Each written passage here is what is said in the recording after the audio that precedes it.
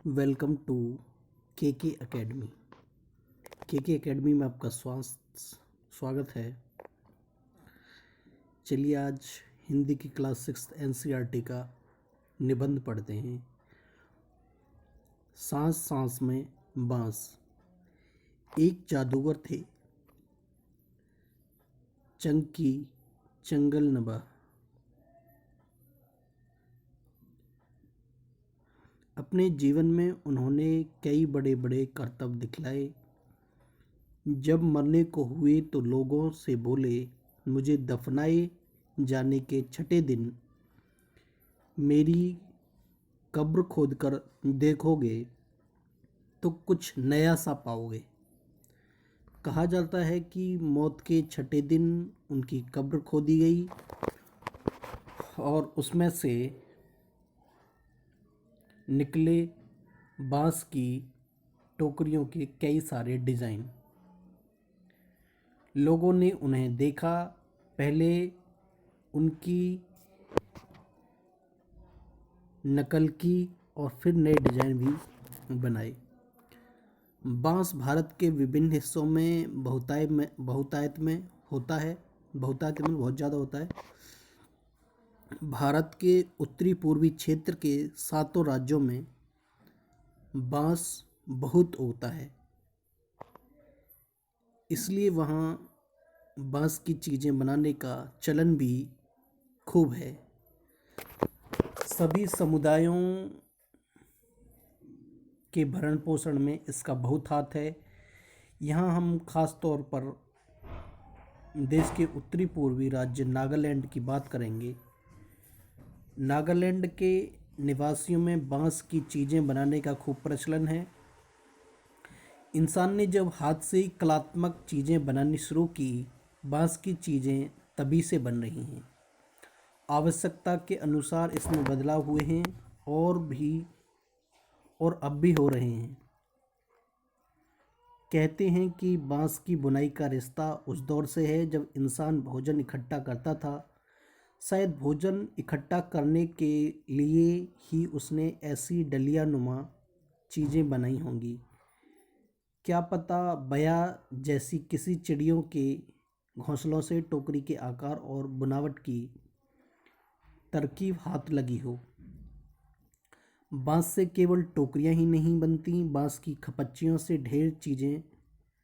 ढेर सारी चीज़ें बनाई जाती हैं, जैसे तरह तरह की चटाइयाँ, टोपियाँ, टोकरियाँ, बर्तन, बैलगाड़ियाँ, फर्नीचर, सजावटी सामान, जाल, मकान, पुल और खिलौने भी।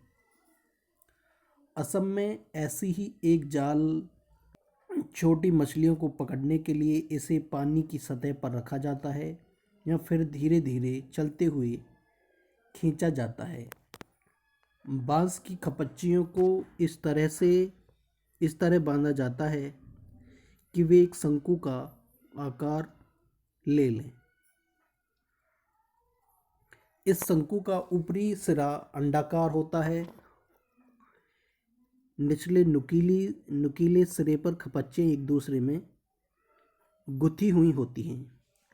खपच्चियों से तरह तरह की टोपियाँ भी बनाई जाती हैं। असम के चाय बागानों के चित्रों में तुम्हें लोग ऐसी टोपियाँ पहने दिख जाएंगे।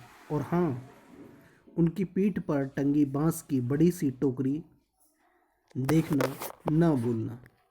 मतलब कमर पे बांस की टोकरी बांधे रखते हैं। बांस से मेरा रिश्ता।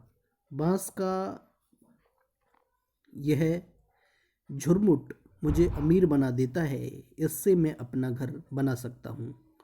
बांस के बर्तन और औजार इस्तेमाल करता हूँ। सूखे बांस को मैं ईंधन की तरह इस्तेमाल करता हूँ। बांस का कोयला जलाता हूँ, बांस का अचार खाता हूँ। बांस के पालने में मेरा बचपन गुजरा। पत्नी भी तो मैंने बांस की टोकरी के जरिए पाई और फिर अंत में बांस पर ही लिटाकर मुझे मरघट ले जाया गया। जुलाई से अक्टूबर घनघोर बारिश के महीने, यानी लोगों के पास बहुत सारा खाली वक्त या कहो आसपास के जंगलों में बांस इकट्ठा करने का सही वक्त आमतौर पर वे 1 से 3 साल की उम्र वाले बांस काटते हैं। बूढ़े बांस सख्त होते हैं और टूट भी तो जाते हैं। बांस से शाखाएं और पत्तियां अलग कर दी जाती हैं। इसके बाद ऐसे बांसों को चुना जाता है जिनमें गांठें दूर दूर होती हैं। दाव यानी चौड़े चांद जैसी फाल वाले चाकू से इन्हें छीलकर खपच्चियाँ तैयार की जाती हैं। खपच्चियों की लंबाई पहले से ही तय कर ली जाती है। मसलन आसन जैसी छोटी चीज़ें बनाने के लिए बांस को हर एक गठान से काटा जाता है, लेकिन टोकरी बनाने के लिए हो सकता है कि 2 या 3 या 4 गठानों वाली लंबी खपच्चियाँ काटी जाएं। यानी कहाँ से काटा जाएगा यह टोकरी की लंबाई पर निर्भर करता है। आमतौर पर खपच्चियों की चौड़ाई 1 इंच से ज़्यादा नहीं होती है। चौड़ी खपच्चियाँ किसी काम की नहीं होती हैं। इन्हें चीर कर पतली खपच्चियाँ बनाई जाती हैं। पतली खपच्चियाँ लचीली होती हैं। खपच्चियाँ चीरना उस्तादी का काम है, मतलब इसमें एक्सपर्ट ही काम कर पाते हैं। हाथों की कलाकारी के बिना खपच्चियों की मोटाई बराबर बनाए रखना आसान नहीं। इस हुनर को पाने में काफ़ी समय लगता है। टोकरी बनाने से पहले खपच्चियों को चिकना बनाना बहुत ज़रूरी है। यहाँ फिर दाव काम आता है। खपच्ची बाएं हाथ में होती हैं और दाव दाएं हाथ में। दाव का धारदार सिरा खपच्ची को दबाए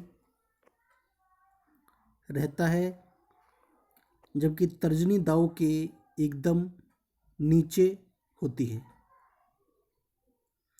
इस स्थिति में बाएं हाथ से खपच्ची को बाहर की ओर खींचा जाता है। इस दौरान दायां अंगूठा दाव को अंदर की ओर दबाता है और दाव खपच्ची पर दबाव बनाते हुए घिसाई करता है।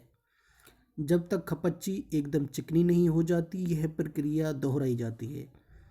इसके बाद होती है खपच्चियों की रंगाई। इसके लिए ज़्यादातर गुड़हल, इमली की पत्तियां आदि का उपयोग किया जाता है। काले रंग के लिए इन्हें आम की छाल में लपेटकर कुछ दिनों के लिए मिट्टी में दबाकर रखा जाता है। बांस की बुनाई वैसे ही होती है जैसे कोई और बुनाई। पहले खपच्चियों को चित्र में दिखाए गए तरीके से आड़ा तिरछा रखा जाता है। फिर बाने को बारी बारी से ताने के ऊपर नीचे किया जाता है।